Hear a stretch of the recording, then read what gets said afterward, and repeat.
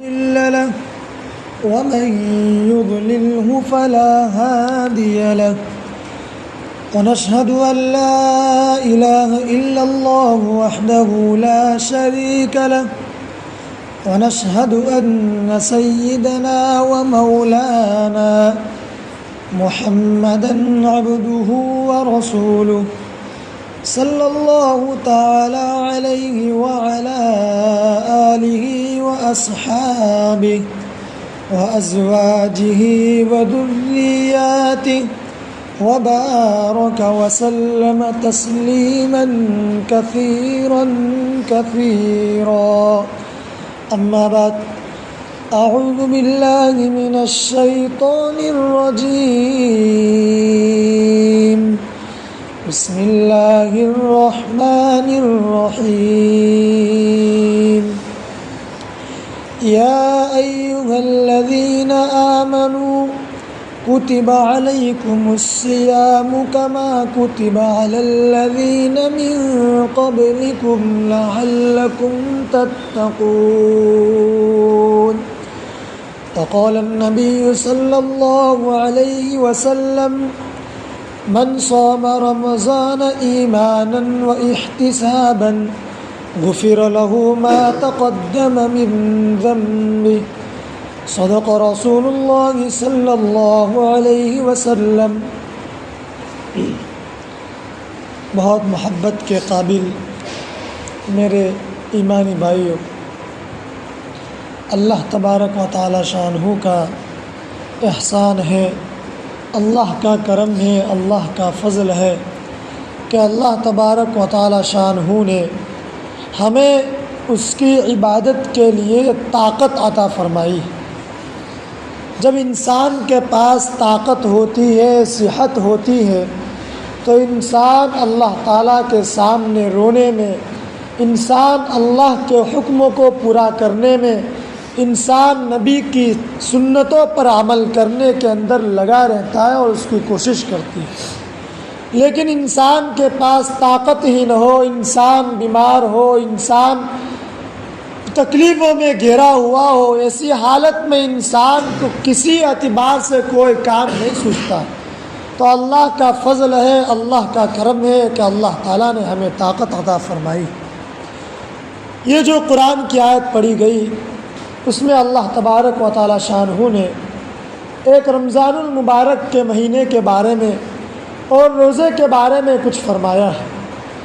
فرماتا ہے قرآن، اے ایمان والو، تم پر روزے فرض کیے گئے ہیں جیسا کہ تم سے پہلی امتوں پر فرض کیے گئے تھے، تاکہ تم متقی بن جاؤ۔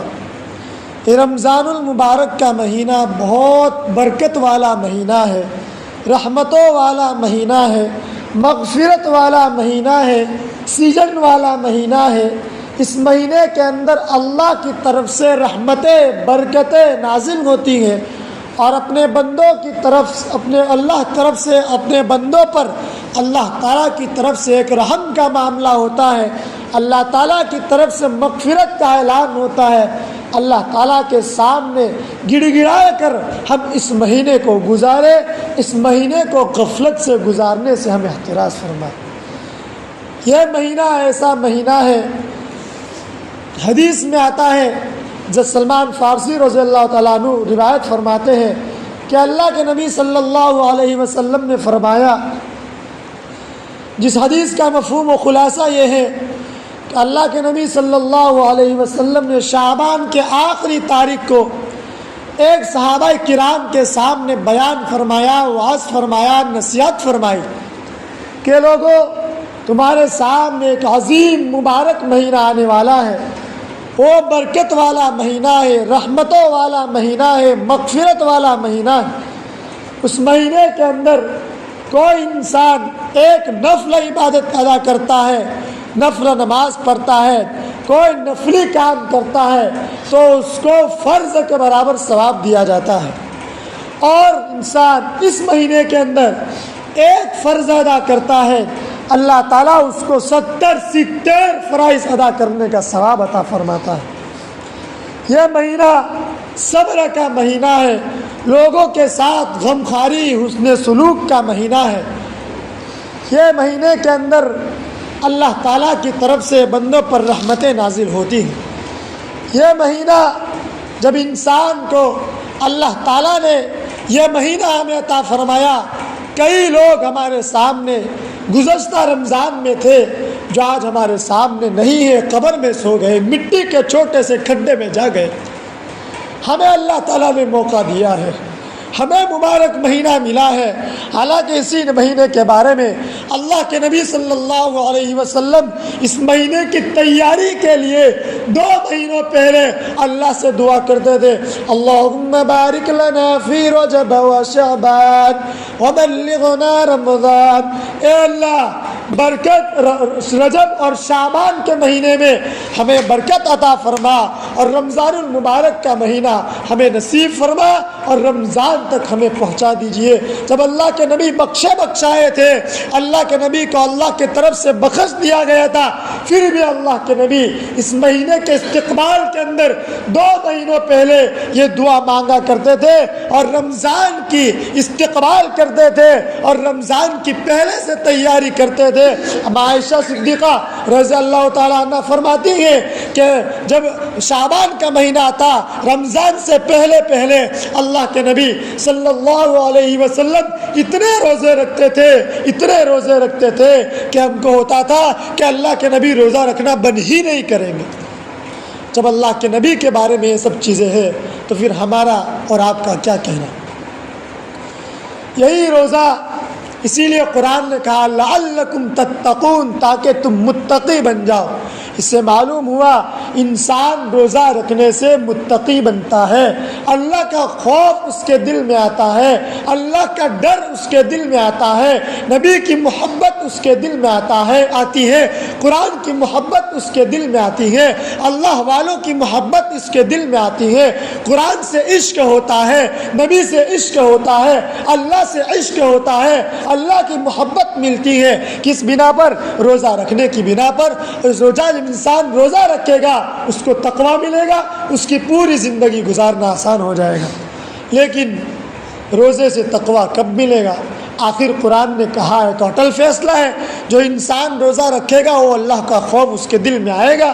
لیکن میں اور آپ غور کریں، ہم اتنے سالوں سے روزہ رکھتے ہیں تو کیا ہمیں اللہ کا خوف نصیب ہوا؟ کیا ہمارے دلوں کے اندر اللہ کا ڈر آیا؟ کیا ہمارے دلوں کے اندر اللہ کی محبت آئی؟ غور کرنے کا مقام۔ میں اللہ کے نبی، اولیاء کرام، صحابہ، ان کے روزے اور ہمارے روزے میں فرق اتنا ہے، ان کو پورا بدن کا روزہ ہوتا تھا، آنکھوں کا روزہ، زبان کا روزہ، کان کا روزہ، ہاتھ کا روزہ، بدن کا روزہ، دماغ کا روزہ، دل کا روزہ، پیروں کا روزہ، پورے بدن کا روزہ ہوتا تھا، جس کی بنا پر اللہ کے سامنے گھنٹوں روتے تھے، گناہ نہ کر کے بھی روتے تھے، ہم گناہ کر کے بھی نہیں روتے۔ اسی لیے میں نے 2 دن کل یا پرسوں میں نے مثال بھی دی تھی، رمضان المبارک کا مہینہ ہو یا گرمی کا مہینہ چل رہا ہو، جیسے مئی مہینے کی بہت سخت گرمی پڑ رہی ہو، انسان نے چاروں طرف سے دروازے بند کر دیے، اس مسجد کے اندر اے سی چالو کر دی، اے سی 1-2 گھنٹے سے چالو ہے، اے سی اس مسجد کے اندر ٹھنڈک نہیں کر رہی ہے۔ آخر جب لوگ دیکھیں گے کیا وجہ ہے کہ اے سی چالو ہے، اتنی دیر سے ٹھنڈک نہیں ہو رہی ہے، جب انسان غور سے دیکھتا ہے کہ کسی جگہ چھوٹی سی اور تھوڑی سی کھڑکی یا دروازہ کھلا رہنے کی وجہ سے ٹھنڈک نہیں ہو رہی ہے، چھوٹا سا معمولی دروازہ یا کھڑکی کھلی رہ جاتی ہے، یا چھوٹا سا کہیں سوراخ ہوتا ہے، اس سوراخ سے وہ ٹھنڈی ہوا باہر چلی جاتی ہے، جس طرح چھوٹی سی اور تھوڑی سی کھڑکی کھلی رہنے کی وجہ سے ایسی مسجد میں ٹھنڈک نہیں کر پاتی ہے۔ میرے بھائیوں، ہم نے روزہ رکھا ہے، آنکھوں سے گناہوں کی کھڑکی کھلی ہے، ہم نے روزہ رکھا ہے، زبان سے گناہوں کی کھڑکی کھلی ہے، ہم نے روزہ رکھا ہے، کانوں سے